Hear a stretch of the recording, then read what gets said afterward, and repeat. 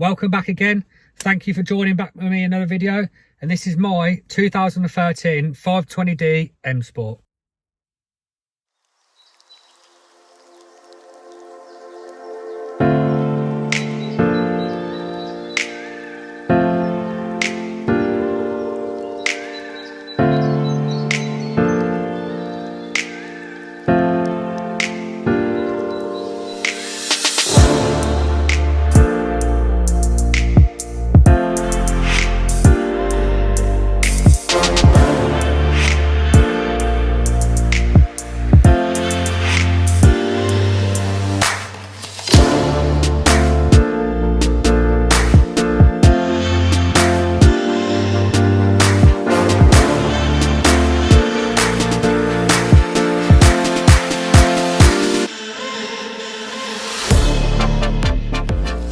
So let's talk about the front. We've got LED halo headlights, which look really nice. Little M-Tech front splitter, gloss black upper grills. Suppose it hasn't got a low grille to be fair, but I'm not sure on that one. Xenon headlights are standard with washer jets, but I don't know about you, but I think that looks lovely from the front. Really nice looking car. And then we go around to the side. So we've got 20-inch, I don't know whether they're 4 series wheels.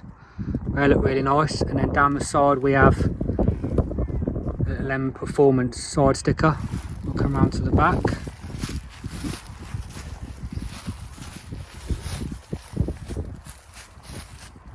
And then we've got a little boot lip spoiler. Anything I could say I could do with on the back is some 4D plates, which if anyone wants to hook me up with some, let me know. But as a standard looking with these nice little touches, a very nice looking car. I don't know about you, but yeah, I'm very happy with it. So let's talk about the interior. Pretty basic, you know, lovely nice steering wheel there, a little diffuser on there, big screen. I love a big screen on there. Everything's so clear and so easy to see. Nice easy modes. You've got sport mode, comfort mode there, traction control, all your iDrive system with your media, your menu, telephone, your nav and everything like that. Park brake, auto hold, plus your parking sensors. But yeah, it's nice and nice. Everything's, you know, nothing's major. And your headlight switches there. You also got auto, cruise control, and then your telephone and radio sound volumes. So here is my 2013 63 plate F10 520D M Sport. So my instant sort of opinions on it. It is one of the nicest cars I've ever had or driven. So mine's the 2-litre twin powered diesel. It's okay for what it is. It could do with a bit more power, I think, low down. If I was going to buy one now, I'd probably have bought a 530D, but you can't go back on it now.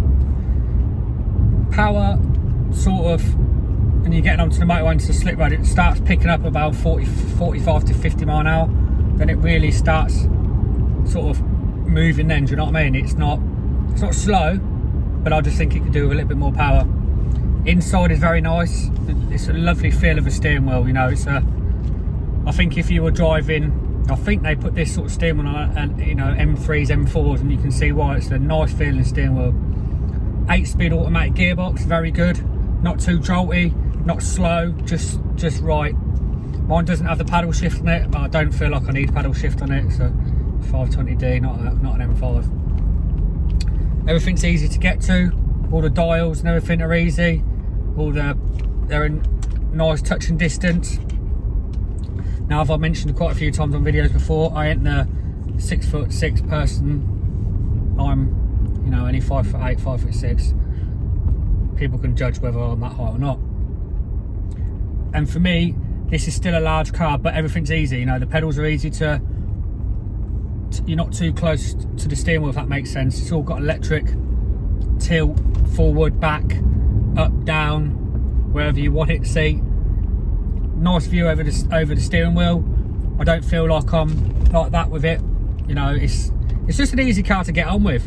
Whether you're 6'2", 4 foot nothing, it's an easy car to get on with, and it's a pleasure to drive. You know, I do a lot of miles, and it's a nice car to be in. Very good on fuel. I'm actually unbelievable on fuel, and the best car I've had on fuel. Cheap tax at £125 for the year. Insurance is okay, but yeah, the only thing I would say about it is, if you're going to buy one, do be aware of when you need disc pads, you know, servicing and that. I rang up my local BMW for a price on a service. For a major service, they quoted me nearly 600 quid. So you've got to be wary of them sort of prices. But that's what happens when you buy a car like this. And they're not cheap to repair sometimes. But, you know, I bought it because I was always looking for a nice car. I had funny enough, I had a 2006 Saab 9.3 Estate for a year. One of the best cars I ever had, that car. If you're going to look for a second-hand car to put around with for a year, buy one of them, because they're absolutely brilliant. So I had that for a year, and that was a car for a year that I was going to have, and then eventually decide what I wanted. Now, originally I was buying a 330D in S Strawberry, one of the best BMW colours. But if you know me, you know I buy cars, or have cars that have problems. So I had a problem, and I wasn't interested in purchasing a car with problems. So a lad I know found me this, saw it straight away, and I was like, yeah, I've got to have it.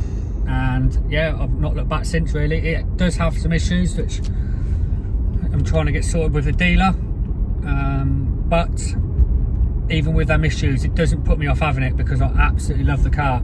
You know, it's one of them, if you're a petrol head or you're into your cars, when you buy a car and then every time you park it up, you turn around and look at it, you know you bought the right car. And this is what I'm like with this car. I know full well I bought the right car, and I absolutely love it.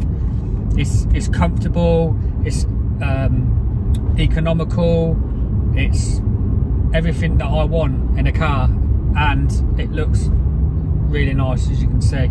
So would I suggest to buy one? I would suggest to buy one, but for me, I'd buy a 530D. I just think that's the middle. You get a 535, which is a lot more powerful diesel engine. You've got the 520, which is mine. I think they do a 518 maybe, or not. I don't know if it's just in the 3. And then you get the 520D, which is what mine is. So it's something to look into, but I would highly recommend buying one. There's such a good car. So if I put it into sport mode, kick down, yeah, that's when it starts shifting. 50 now, it's really, you can feel it pulling. Yeah, very good. A little bit, I don't know if it's just because it's the weight of the car, I'm not sure, but I think low down it could do with a little bit more oomph, if you want to call it, but very adequate for what it is. You know, get you up to 70 national speed limit for what you need. You know, it's an ideal little bit of power, really. Right, so now I'll explain to you about the boring bit of Eco Pro. Try and explain as best I can. So all BMWs, as standard nowadays, come with stop start. Stop start, if you don't know, is basically when you're at a set of traffic lights, the car, after a few seconds, I don't know the rough sort of time, I'm guessing 10 to 20 seconds, automatically switches itself off to save fuel. Personally, I don't personally have mine on because it's a bit annoying, but I can see the benefits to having it done. When driving the BMW, when you get in it, it automatically puts itself in what they call comfort mode. So you have 3 settings on the car. First setting is sports mode.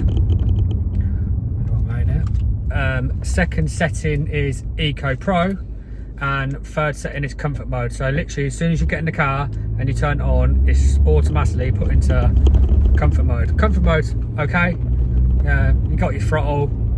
It's not anything special, just, you know, your standard mode that you put it in. So Eco Pro, that what I found out is, can save up to 20% on fuel, you know, if you're using it properly. 20% on fuel is quite a bit, you know, if you work it out over a year or a month, is quite a long time. When it is in Eco Pro mode, it automatically adjusts the heater and all the climate system to what it needs to be for saving fuel. And also when you are driving, when you're braking and you're letting off, the brake energy converts that brake energy for energy for the battery, if that makes sense. It's hard to explain, but your braking energy is then converted to battery energy, whereas the car's not using so much battery energy, which in turn saves fuel. I know it's a lot to take in, but you kind of get the gist of it. When you brake, your braking energy puts that energy into the battery, so your car's not using so much of that to keep things running. When you are in Eco Pro mode, it does automatically shift for you, so it kind of adjusts everything. And also when you're driving on the motorway, the electric power steering kind of switches off, and then as soon as you turn, straight back on again, just in all terms, just to save fuel. It's clever, very clever stuff. Personally, I don't really use it a lot. If I do use Eco Pro mode, Eco Pro for me is used driving through town, stop starting all the time. You know, there's no point in using Eco Pro when you're on the motorway. I hope that gives a bit of an indication what Eco Pro mode really is. So that was just a quick review on my 2013 5 Series BMW. Now, if you've got any questions about it, or you're looking at buying one and there's something you want to ask, don't hesitate to drop me a message. I'll try and give you as much help as I can. If you're going to buy one, for me, buy 530 with a bit more power. There's nothing wrong with this 520. It's of adequate power, but for me, buy 530D. I think you'd be better off with it. Thank you very much for watching. If you could like, share, and even subscribe, it helps me out massively, and I really, really appreciate it. Thank you very much for watching, and I'll see you in the next video. Take care.